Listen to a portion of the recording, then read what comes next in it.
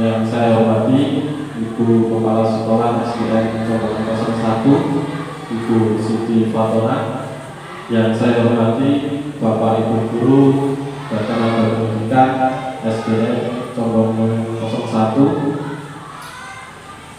Mohon izin Bapak Ibu Guru, saya berdiri di depan untuk memaparkan paparan budaya positif yang mana yang sudah saya pelajari di modul calon guru gerak modul 1.4 yang kedepannya ini akan menjadi budaya yang positif untuk diterapkan di sekolah kita. Untuk selanjutnya, sebelum kita mulai untuk pemaparan hari ini, nanti saya sedikit menyampaikan yang pertama, nanti ada SBK, yang kedua inti kegiatan hari ini pemaparan untuk materi budaya positif, yang ketiga nanti ada refleksi untuk kegiatan hari ini, dan yang terakhir penutup.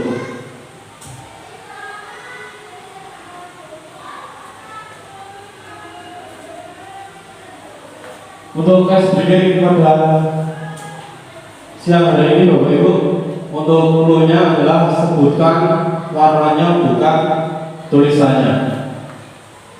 Sebutkan warnanya bukan tulisannya. Nanti kita bareng-bareng menyimak fokus untuk ke depan.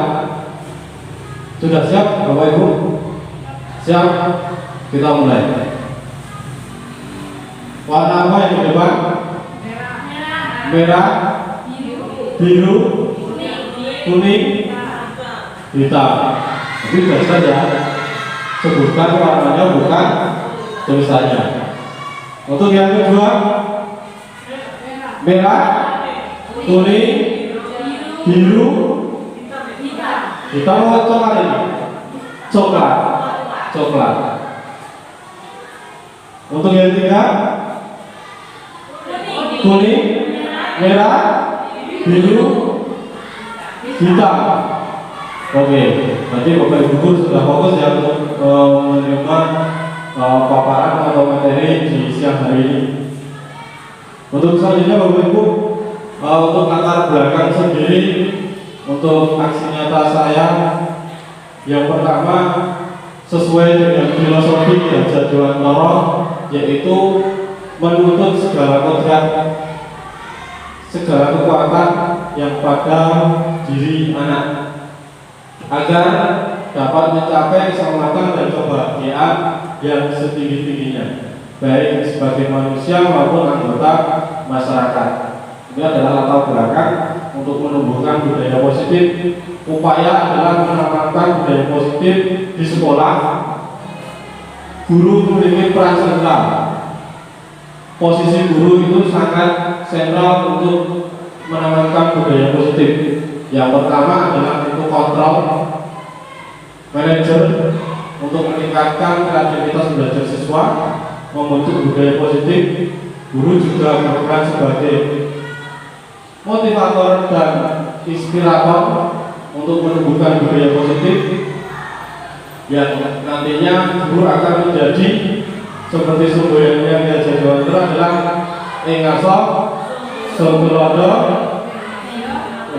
manut. Yang artinya guru itu akan menjadi agen perubahan atau transformasi perubahan dalam menciptakan budaya positif. Guru tentunya harus bekerja sama, berkolaborasi, menciptakan ekosistem budaya positif di sekolah, yang terutama adalah kepala sekolah dan rekan-rekan guru semuanya, serta warga sekolah dan masyarakat yang ada di sekitar sekolah kita. Untuk selanjutnya, untuk tujuannya, yang pertama menciptakan dan menumbuhkan budaya positif pada semua warga, baik dari contoh religius, semangat, aktif, kreatif, budaya salam, sapa, santun, menghormati guru dan teman, peduli kepada teman dan lingkungan yang bersih, indah, serta menghargai waktu dan bertanggung jawab. Tentunya tujuan ini sudah kita terapkan di sekolah kita, yang setiap pagi kita menyapa, salam sapa kepada peserta didik kita di depan gerbang. Dan sebelum kita masuk ke ruang kelas, tentu saja kita juga menyapa anak didik kita, yaitu dengan kita bersalaman di sebelum masuk ke ruang kelas dan sebagainya. Seperti kita melaksanakan setelah selesai upacara, kita kan menggunakan budaya bersalaman. Itu secara tidak langsung adalah budaya positif, tetapi kita hanya belum menyadari saja bahwa budaya positif di diri kita itu atau di sekolah kita itu sebenarnya masih atau kita sudah menerapkan.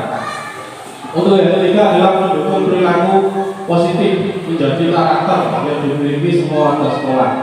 Tentunya secara tidak langsung kita menyuruh, kita mengajak anak untuk setiap pagi bersalaman, kita ketemu siapapun itu, entah itu guru atau guru dari sekolah lain. Untuk yang ketiga, menciptakan suasana belajar mengajar yang menyenangkan.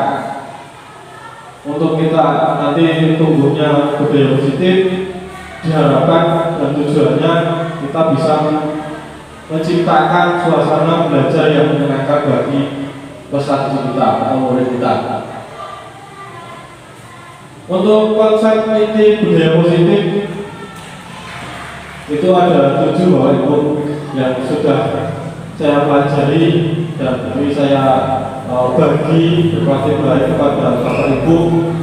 Mohon izin kalau nanti ada yang salah silakan dibenarkan dan kita bisa diskusi bareng, karena saya di sini mengajak Bapak Ibu untuk belajar berkolaborasi bersama untuk menerapkan budaya positif yang ada di sekolah. Yang pertama adalah disiplin positif, yang kedua nilai-nilai kebajikan, yang ketiga kebutuhan dasar manusia, yang keempat adalah motivasi perilaku manusia, yang kelima posisi kontrol guru, yang keenam keyakinan kelas, yang ketujuh segitiga restitusi.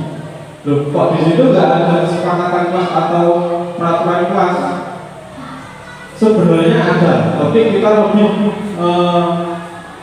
ke keyakinan kelas. Nanti akan sampai ke materi ke-6 itu. Bapak Ibu, yang pertama adalah disiplin positif. Di situ sudah dijelaskan dan dinyatakan oleh Daniel, menyatakan bahwa arti kata disiplin sendiri itu berasal dari bahasa Latin disiplina, yang artinya adalah belajar. Kalau di kita sehari-hari kita mengkonsumsi disiplin itu mesti dengan kata peraturan. Kita mendengar kata disiplin aja sudah berarti aturan, bukan. Kalau di sini disiplin itu sendiri adalah belajar. Disiplin menurut saya pada diri sendiri memiliki tanggung jawab terhadap apa yang dilakukan berdasarkan nilai-nilai yang diyakini. Disiplin positif merupakan salah satu cara penerapan disiplin yang bertujuan untuk menumbuhkan kesadaran diri serta memberdayakan peserta didik tanpa imbalan, menghargai atau reward, ancaman maupun hukuman. Jadi disiplin itu tidak harus kita mengharapkan imbalan, penghargaan maupun reward atau ancaman maupun hukuman, tetapi lebih menumbuhkan kesadaran diri atau kesadaran peserta didik kita atas apa yang telah diyakininya. Sebagai pendidik, tujuan kita adalah menciptakan peserta didik yang memiliki disiplin diri sehingga mereka bisa berperilaku dengan mengacu pada nilai-nilai kebajikan universal dan motivasi intrinsik, bukan ekstrinsik. Motivasi intrinsik itu motivasi yang dari dalam, kalau yang ekstrinsik itu dari luar. Kedua-duanya itu bisa dari siapa saja. Untuk selanjutnya Bapak Ibu, untuk ini adalah miskonsepsi, beberapa miskonsepsi tentang makna kontrol. Yang pertama adalah ilusi guru mengontrol murid, seakan-akan guru itu mengontrol murid. Itu adalah miskonsepsi. Yang kedua adalah ilusi bahwa semua penguatan positif, efektif, dan bermanfaat. Yang ketiga adalah ilusi bahwa kritik dan membuat orang merasa bersalah dapat menguatkan karakter. Itu adalah juga miskonsepsi. Yang keempat adalah ilusi bahwa orang dewasa memiliki hak untuk memaksa. Jadi kita seakan-akan kita dewasa, seakan kita guru, kita memiliki hak untuk memaksa, itu adalah sebuah miskonsepsi.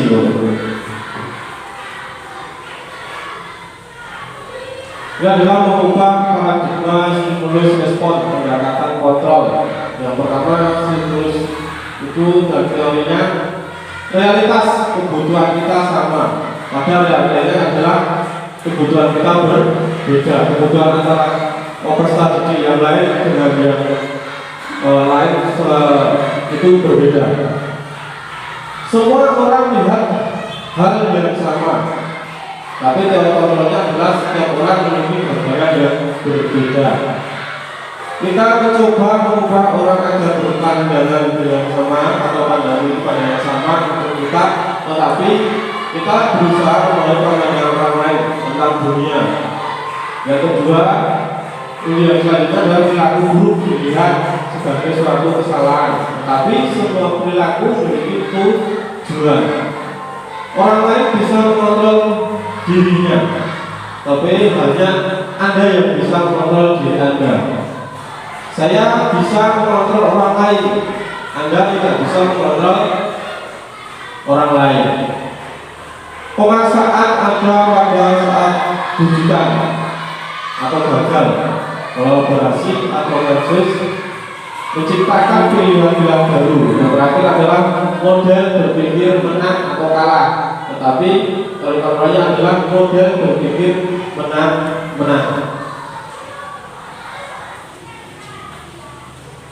Untuk yang kedua, konsep ini disiplin positif yang kedua adalah nilai-nilai kebajikan, yang mana nilai kebajikan itu sendiri sebenarnya ada 6, tetapi yang saya tampilkan di sini 3 karena ketiganya itu sudah memiliki atau mungkin sama untuk ke-6 yang sudah diakui di organisasi. Yang pertama adalah kita sudah mengenal dengan profil pelajar Pancasila, yang mana bunyinya adalah yang pertama adalah beriman, bertakwa kepada Tuhan Yang Maha Esa dan berakhlak mulia. Yang kedua, mandiri. Yang ketiga adalah bernalar kritis. Yang keempat, berpikiran global. Yang kelima, bergotong royong. Yang terakhir atau yang keenam adalah kreatif. Ini adalah nilai-nilai kebajikan untuk profil pelajar Pancasila sendiri, yang mana kita semaksimal mungkin untuk menerapkan nilai-nilai kebajikan ini sendiri, khususnya untuk peserta didik kita yang lebih beriman, bertakwa, mandiri, selalu bernalar kritis, berpikiran global, dan selalu bergotong royong serta pembelajaran yang kreatif. Untuk nilai-nilai kebajikan yang kedua adalah Ibu Primaris Biar Program atau PIBP. Sikap murid yang pertama adalah toleransi, rasa hormat, integritas, mandiri, menghargai, antusias, empati, keinginan tahuan, kreativitas, kerjasama, percaya diri, dan yang terakhir adalah komitmen. Itu adalah sikap-sikap atau nilai-nilai kebajikan yang harus ditanamkan kepada diri murid kita. Untuk selanjutnya, proyek nilai kebajikan yang ketiga adalah di situ sudah banyak ada kebersihan, kesatuan, kreativitas, semangat, dermawan, bersikap, berprinsip, toleransi, percaya, tulus hati, ketegasan, kedamaian, harga diri, tenggang rasa, kebijaksanaan, bersyukur, toleransi, dan lainnya.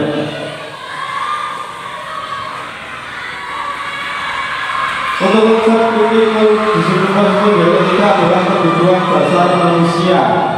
Kebutuhan dasar manusia itu sendiri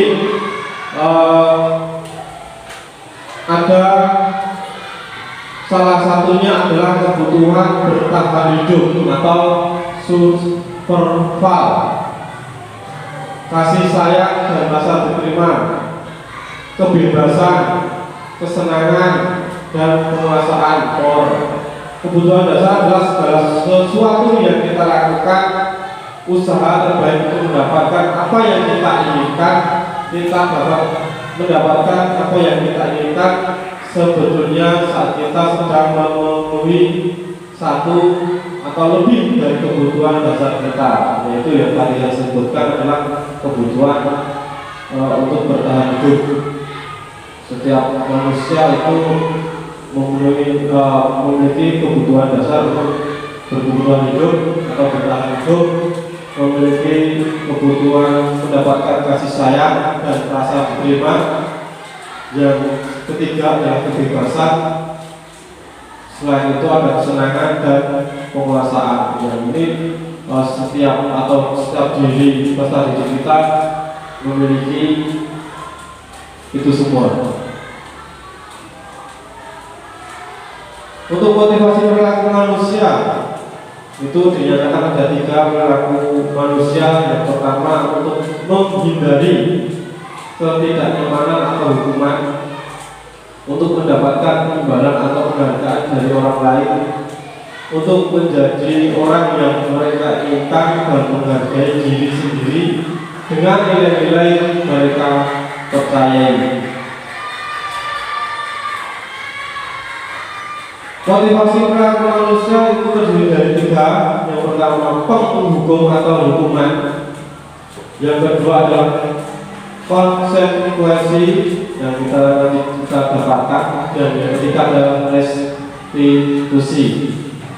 Untuk hukuman sendiri adalah bersifat satu arah, berupa fisik maupun psikis.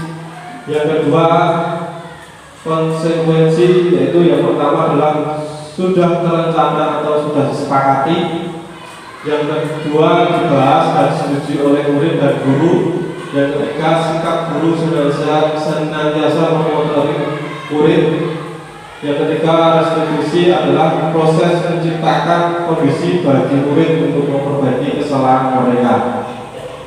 Yang kedua, proses kolaborasi yang mengajarkan murid untuk mencari solusi masalah mereka.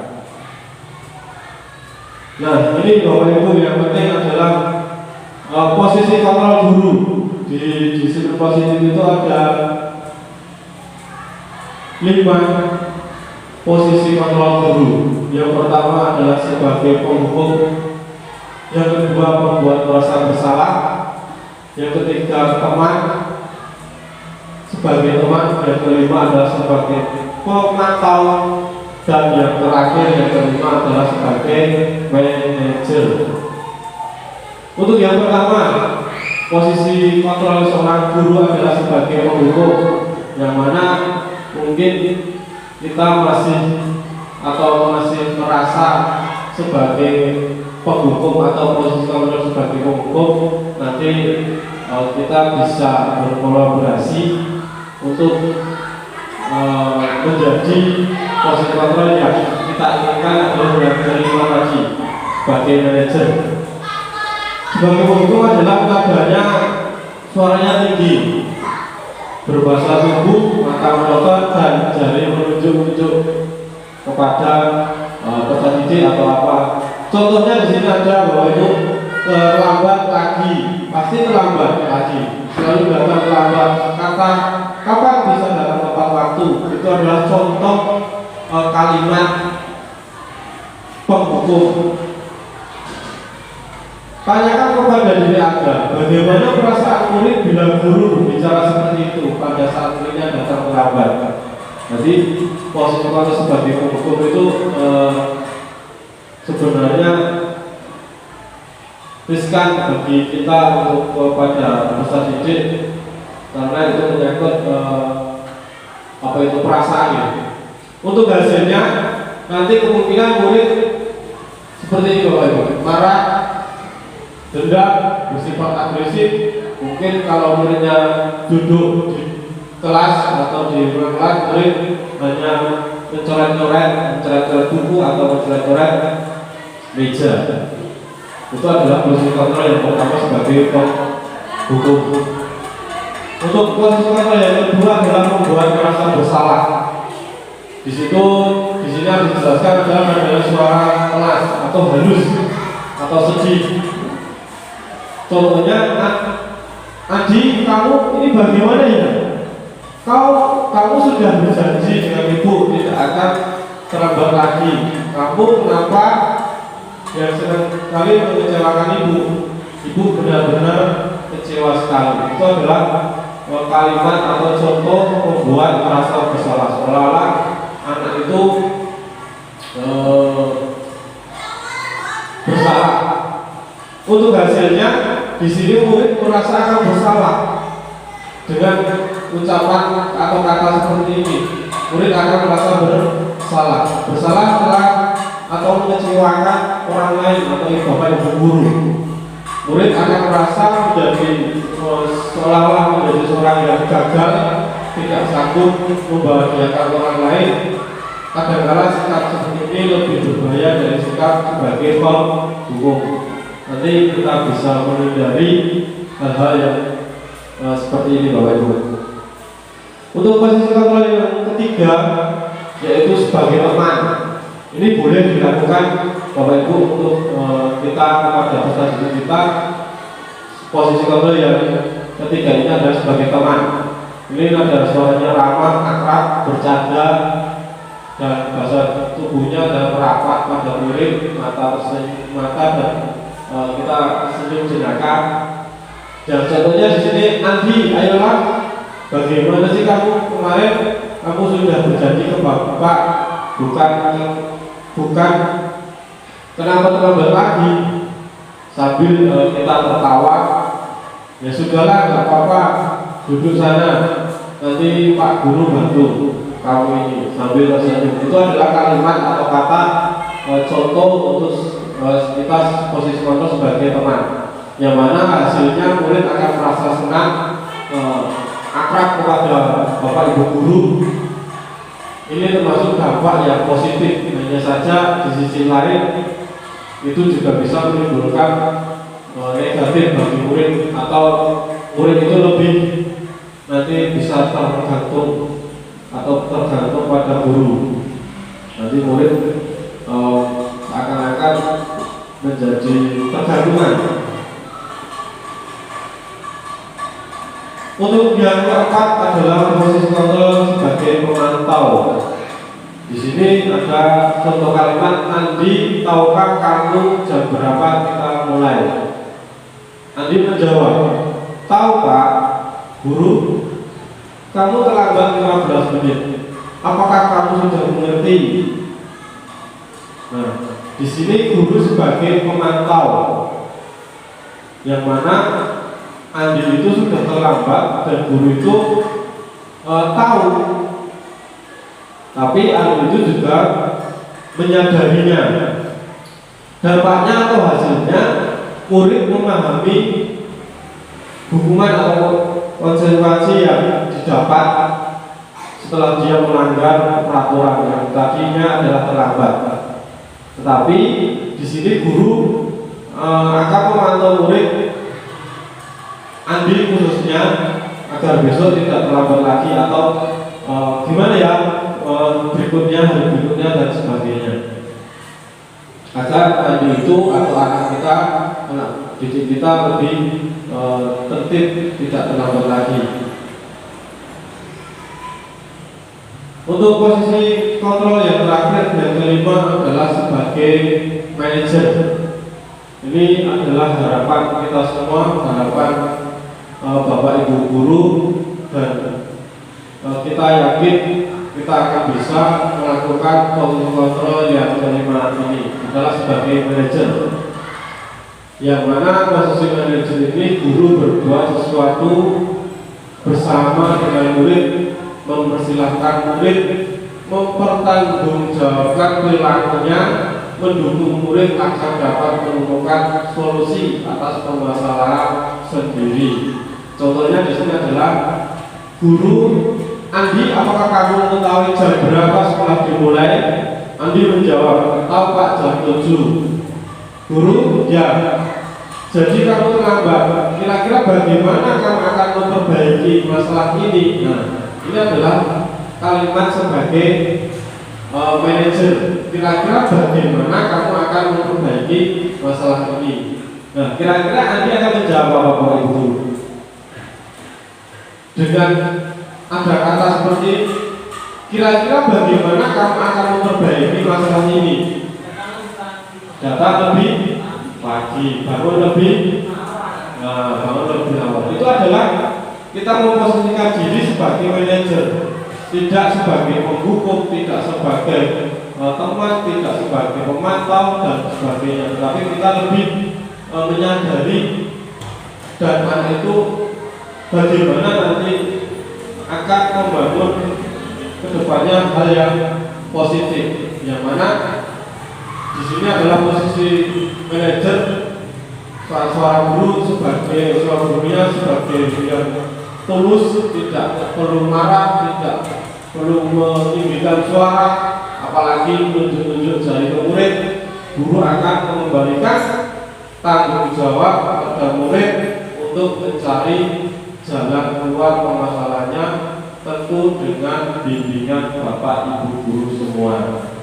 Jadi kita bersama-sama kepada beserta murid untuk mencari, misalnya kita ada murid kita yang sering terlambat, ada murid kita yang berantem, sering membuli. Nah, itu kita perlu memposisikan diri kita sebagai manajer agar anak itu atau anak didik kita menyadari kesalahan apa dan apa yang harus diperbaiki untuk kedepannya. Yang keenam, Bapak Ibu, adalah keyakinan kelas. Yang di sini ada kata tanya romantik, adalah mengapa keyakinan kelas, mengapa bukan peraturan kelas. Sedangkan mungkin dulu kita menerapkan peraturan kelas, dan ini kita harus menerapkan keyakinan kelas. Di sini adalah saya, Bapak Ibu. Yang pertama, menerapkan nilai-nilai kebajikan, bahwa menekankan pada keyakinan seseorang akan lebih memotivasi seseorang dari dalam. Seseorang akan lebih tergerak dan bersemangat untuk menjalankan keyakinannya daripada hanya sekedar mengikuti serangkaian peraturan tertulis tanpa makna. Itu kenapa kita harus lebih memilih keyakinan kelas daripada peraturan kelas. Untuk pemerintahan yang kedua adalah membentuk keyakinan kelas. Yang pertama, keyakinan kelas bersifat lebih abstrak daripada peraturan yang lebih rigid dan konkret. Untuk yang kedua, keyakinan kelas berupa pernyataan-pernyataan universal. Yang ketiga, pernyataan keyakinan kelas senantiasa dibuat dalam bentuk positif. Yang keempat adalah keyakinan kelas hendaknya tidak terlalu banyak sehingga mudah diingat dan dipahami oleh semua warga kelas. Yang kelima, keyakinan kelas sebaiknya sesuatu yang dapat diterapkan di lingkungannya tersebut. Yang keenam, semua warga kelas hendaknya ikut berkontribusi dalam pembuatan keyakinan kelas lewat kegiatan jumlah pendapat. Yang terakhir adalah yang ketujuh, bersedia meninjau kembali keyakinan kelas dari waktu ke waktu. Tentunya Bapak Ibu sudah membuat keyakinan kelas di masing-masing kelasnya sendiri ya? Sudah. Untuk yang ketujuh, segitiga restitusi, yang mana ada proses 3 tahapan tersebut berdasarkan prinsip-prinsip utama dari teori kontrol. Yang pertama adalah menebalkan identitas, validasi tindakan yang salah, menanyakan keyakinan. Ya, untuk teori kontrolnya adalah kita semua akan melakukan hal yang terbaik yang bisa kita lakukan. Untuk yang kedua, semua perilaku memiliki alasannya. Yang ketiga adalah kita semua memiliki motivasi, yang mana kita akan membahas satu persatu. Untuk yang pertama adalah menstabilkan identitas. Nanti jika ada murid kita yang bermasalah, kita bisa menyelesaikan dengan 3 tahap untuk kegiatan penyelesaian masalah dengan segitiga restitusi ini.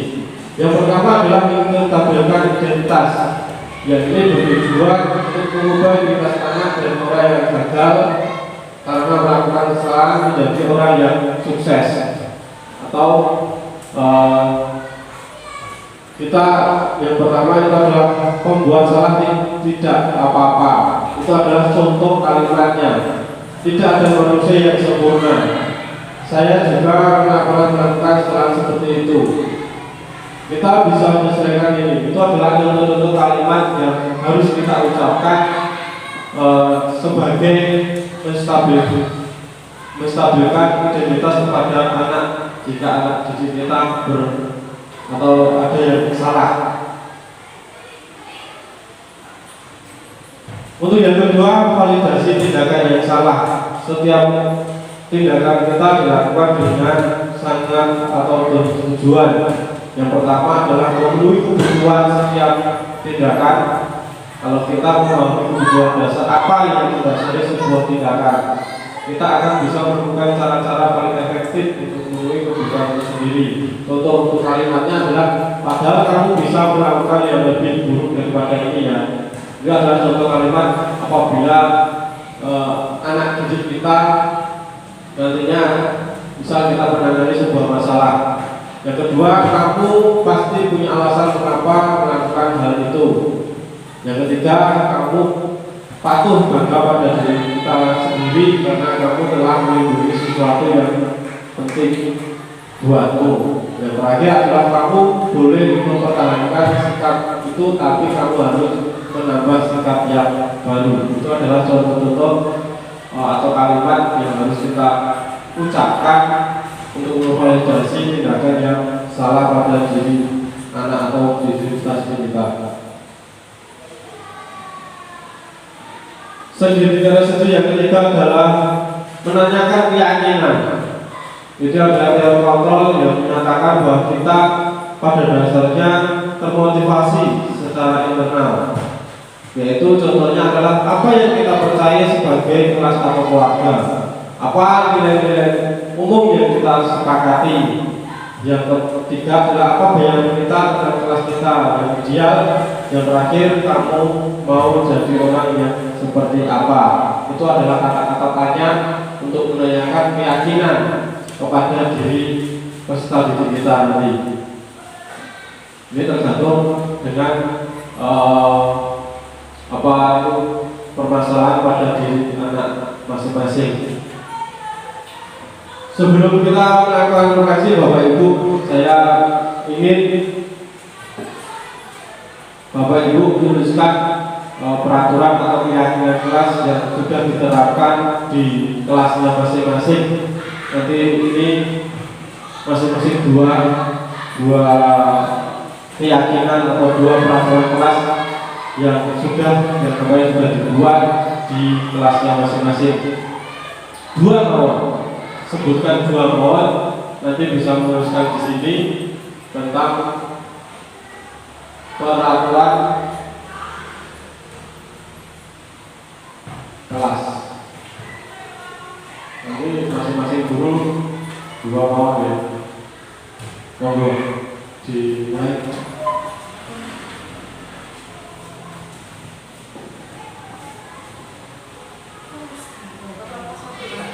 Ya, satu. Misalnya apa gitu? Datang tepat waktu.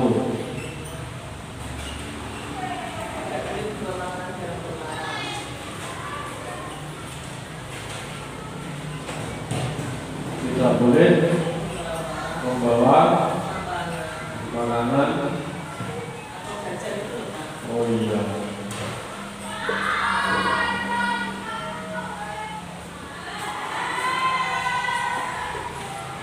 Oke, terima kasih Bu. Untuk yang kedua, untuk nanti dua-dua hanya 10.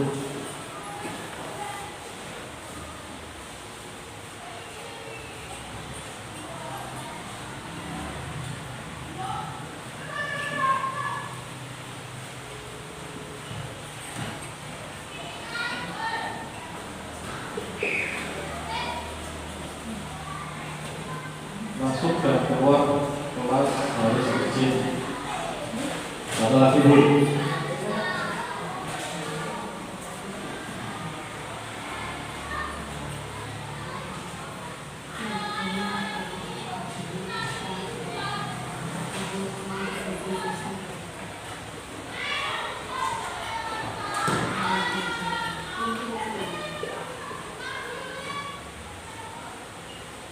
Saling menghormati dan menghargai teman. Terima kasih Bu.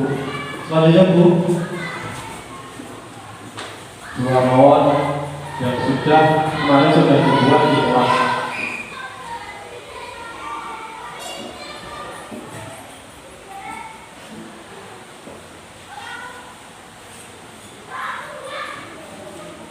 Nomor 3.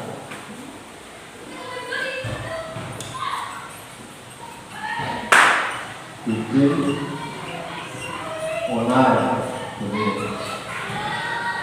dalam kelas B.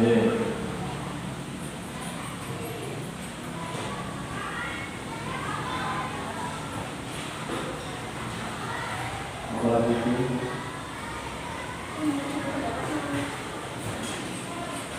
mengajukan pendapat.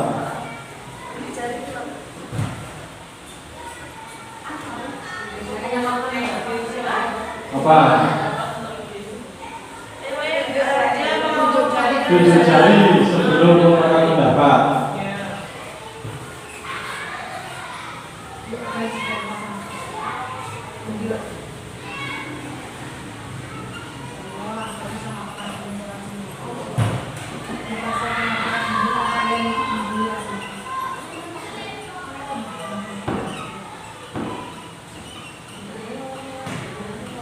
Pendapat. Iya, monggo Bu.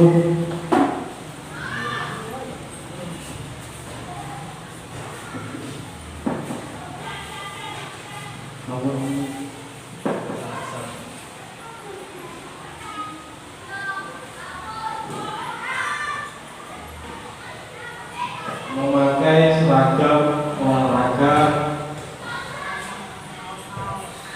atau kaos saat olahraga berarti betul ya.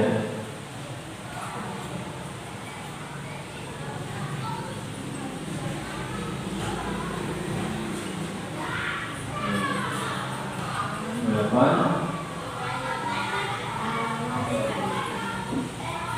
Menggunakan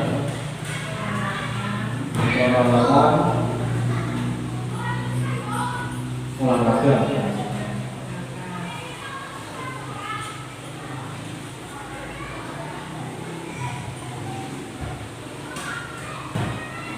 Oke, untuk dua kali tas 10.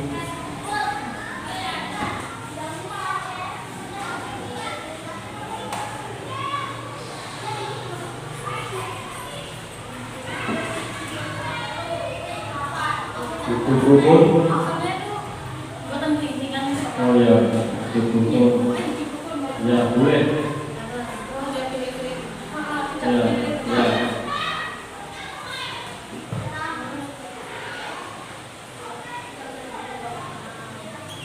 ya. tidak bunyi rumah.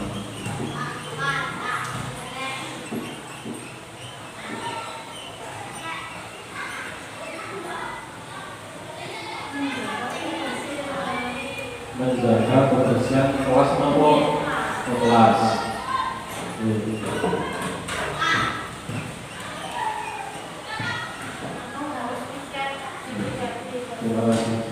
Terima kasih Bapak Ibu. Itu contoh peraturan kelas. Ini ada 10 ya. Ada 10. Kita tepuk 10 kali dulu. Yang mana kita terapkan 10 kali. Jadi nanti Bapak Ibu guru tepuk 10 kali dengan di latihan ya. 1, 2, 3, 4, 5. Sudah? Bisa siap? Kita tepuk dulu. Sudah fokus. Bisa mulai? 1, 2, 3.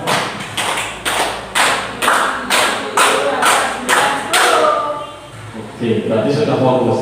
Kalau tidak ada yang belum fokus, nanti tepuknya itu lebih. Jadi Bapak Ibu dulu sudah fokus. Untuk selanjutnya, ini kan baru masih ada kata, maksudnya ada yang kata negatif ya. Padahal di keyakinan kelas itu kita mengharapkan kata yang positif. Datang tepat waktu, ini sudah positif apa negatif Bapak Ibu? Positif ya? Positif ya? Datang tepat waktu. Untuk yang nomor 2, tidak boleh membawa makanan atau jajanan di dalam kelas. Seharusnya yang positif bagaimana Bapak Ibu?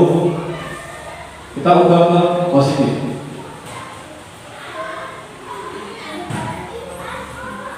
Tidak membawa makanan ke dalam. Kita lebih sederhana, kalimatnya itu lebih sederhana tapi bermakna. Itu kalimat yang positif. Jadi tidak boleh membawa makanan, itu aja sudah bermakna. Untuk yang ketiga, masuk dan keluar kelas harus izin. Dan ini sudah positif atau belum? Maksudnya itu anak itu kalau masuk dan keluar banyak kamar mandi dan sebagainya itu harus izin kepada Bapak Ibu guru. Sudah positif ya. Untuk yang keempat, saling menghormati dan menghargai teman. Kita cukup saja di sini saling menghormati antara teman atau guru itu sudah menyeluruh. Untuk yang kelima, tidak bikin onar. Nah ini yang positif bagaimana? Tidak bikin onar. Jangan kita lebih ke positif lagi, lebih ke bermakna lagi. Tidak bikin onar dalam kelas. Ibaratnya tidak bikin gaduh. Tidak bikin gaduh. Itu sudah menunjukkan kalimat yang positif. Yang keenam, tunjuk jari sebelum memberikan pendapat. Sudah ya. Yang ketujuh, memakai seragam olahraga saat berolahraga. Itu sudah. Yang kedelapan, membalikan peraturan yang sudah digunakan. Peralatan yang sudah digunakan. Ini tentunya peralatan olahraga juga. Yang kesembilan, hidup rukun. Ini mau hidup rukun itu aja sudah bermakna. Yang kesepuluh, menjaga kebersihan kelas. Itu juga sudah positif. Untuk selanjutnya, ini memiliki nilai-nilai kebajikan apa Bapak Ibu? Yang pertama, datang tepat waktu. Disiplin.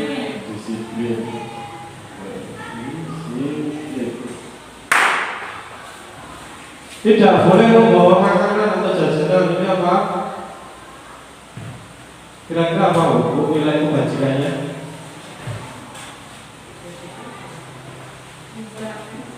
Apa kira-kira? tidak boleh membawa makanan.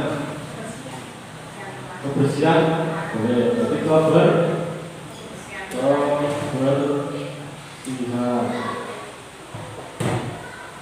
Masuk dan keluar kelas harus izin. Ini apa ini nilai kebajikannya? Tertib boleh, tertib atau disiplin. Bisa. Untuk yang keempat, saling menghormati dan menghargai. Berarti nilai kebajikannya adalah menghargai boleh.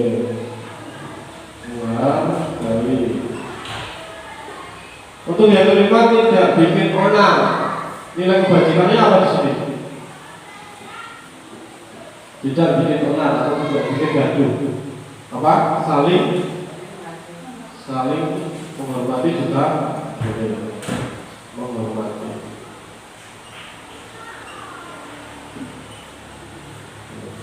Untuk yang keenam, tunjuk jari sebelum memberikan pendapat. Nilai kebajikannya apa Bapak Ibu?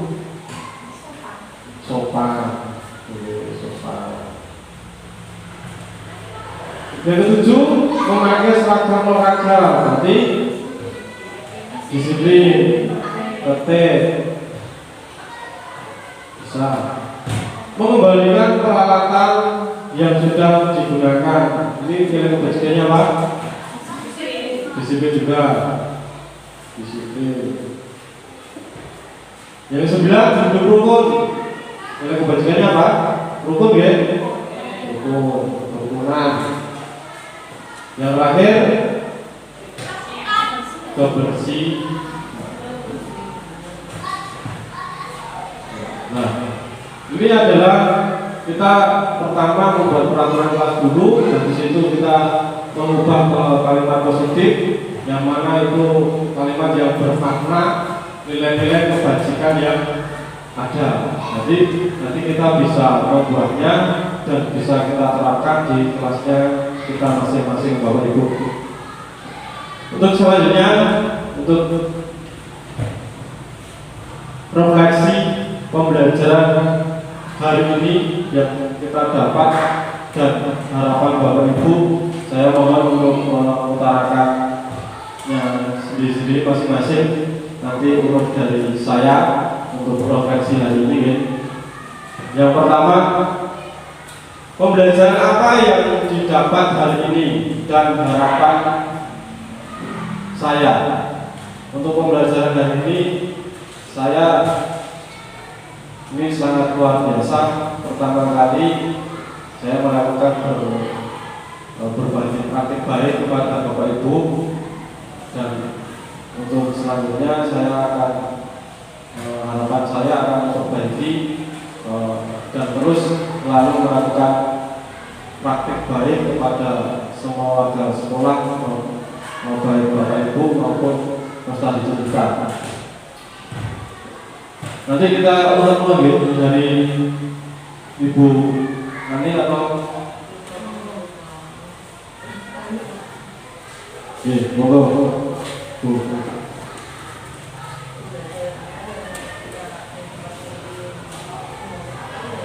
Pembelajaran apa yang kita dapat hari ini menurut panjenengan? Tentang disiplin itu terus awal bisa diterapkan di kelas Pak. Pembelajarannya itu terus harapan Bapak itu apa ya?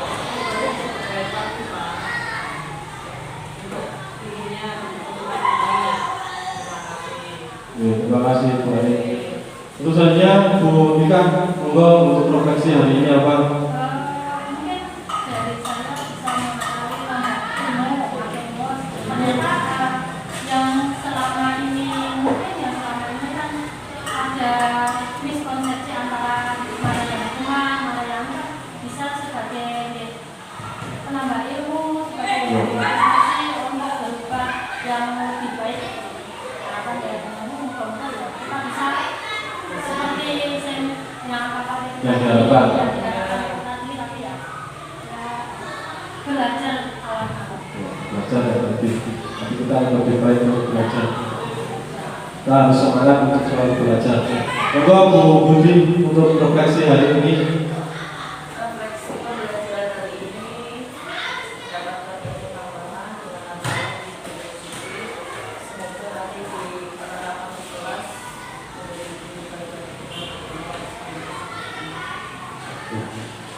Demikian Bapak Ibu, terima kasih untuk refleksi hari ini, untuk kebersamaan dan waktunya. Semoga kita bisa melakukan kolaborasi dan berbagi praktik baik untuk materi atau selanjutnya. Nanti kita harus terus bersemangat dan selalu mengajar diri kita untuk lebih baik dan lebih baik lagi. Saya ucapkan terima kasih, mohon maaf apabila ada penambahan salah kata dari saya cukupkan. Akhir salam, wassalamualaikum warahmatullahi wabarakatuh.